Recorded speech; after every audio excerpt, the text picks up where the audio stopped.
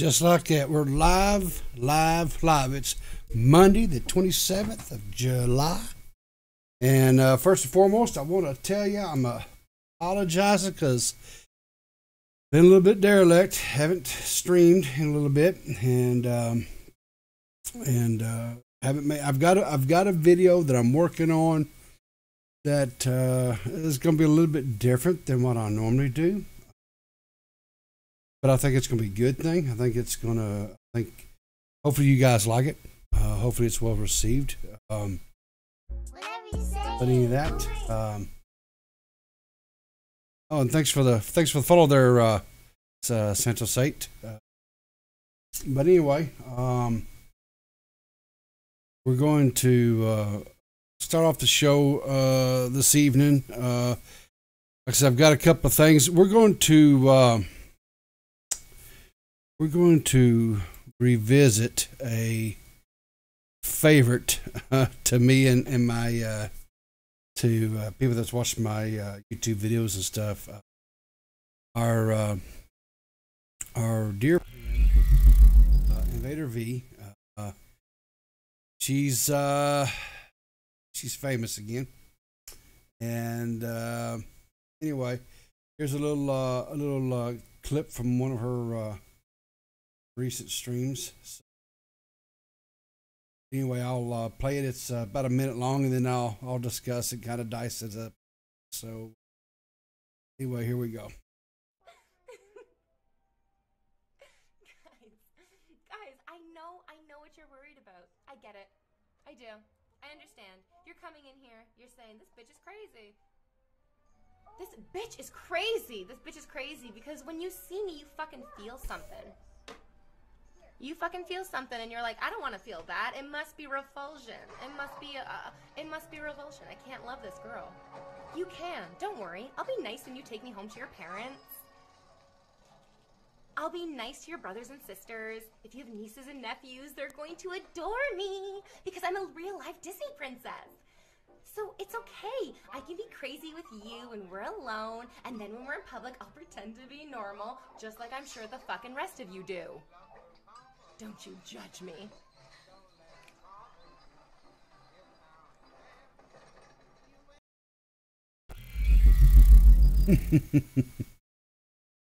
I don't know about you guys, but I don't believe I'd take that one home to see. I don't think that's take home to meet mama material there, guys. So, this is the young lady who became infamous. Not famous, but infamous.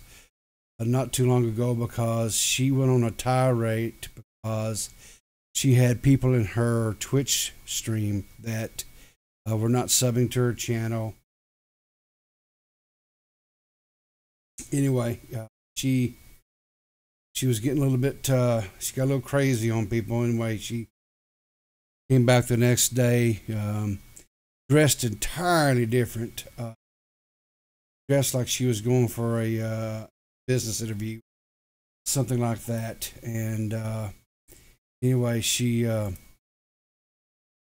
was apologetic because we had the pandemic going on, and people were unemployed and things of that nature. And she said she was insensitive, which she was, and she apologized and whatever. And going forward, she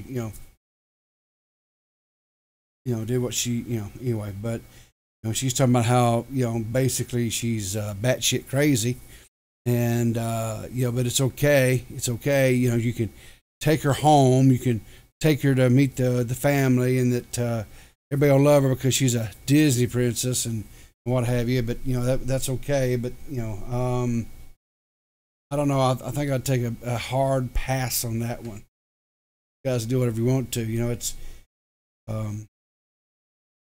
problem with dating crazy chicks, guys, is that it's fun until it gets real, and then all of a sudden you realize, oh my God, I stuck my dick in crazy. Now what am I gonna do with it?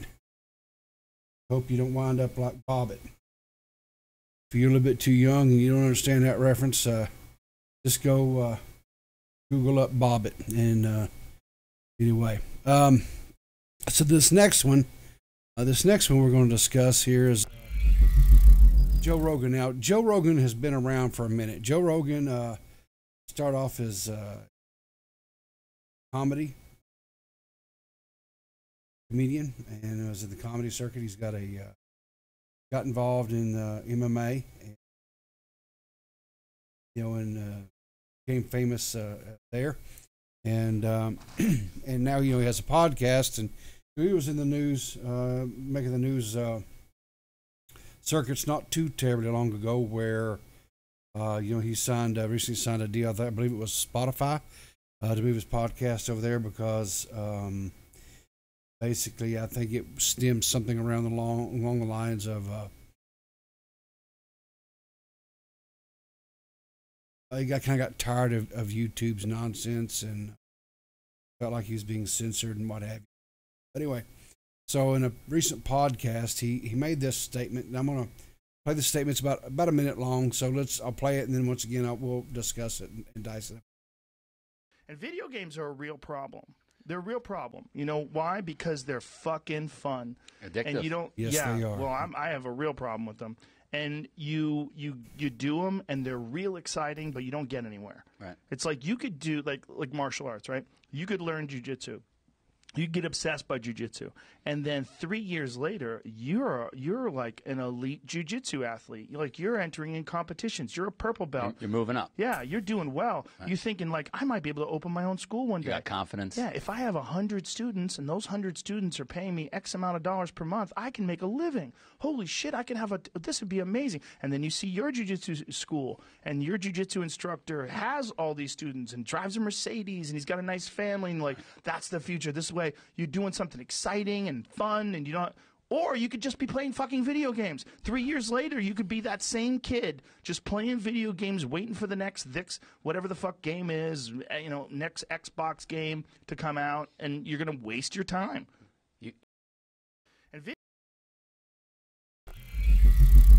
Okay, so there were some people that kind of got upset with Mr. Rogan because of this statement.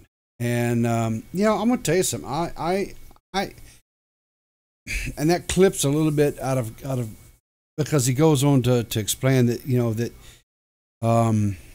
that there are some young people. There are some people that are doing quite well. They make a lot of money playing and streaming games. One of is Tyler Ninja Blevins, and Ninja even came out and spoke about this. And this esport, streaming esport and gaming, is it's kind of a brand new realm. Much like when other sporting events, like when baseball was invented or basketball was invented, people didn't know where it was going to go. People didn't know what was going to happen to it because here's this brand new thing, right? And people a lot of times are a little bit adverse, shall we say, to change or new things and what have you. But here's the thing. Esports, video games, things like that, they're here to stay. They're not going anywhere, right? They're here for the long haul. So, but here's the thing, though. It is a sport. It is not a sport in the sense of physicality like baseball or football or things like that. And but it's still sport nonetheless. And so not everybody is going to make it. Not everybody is going to be a ninja or a shroud or a Dr. Disrespect or things of that nature. And so it's kind of like if a person has intentions to become a famous celebrity or esports entertainer, they got to face the facts that while they may not be the next ninja, they can still be somewhat successful. Now, will it be enough to where? Will it be where they're going to be able to provide for themselves and not have to subsist.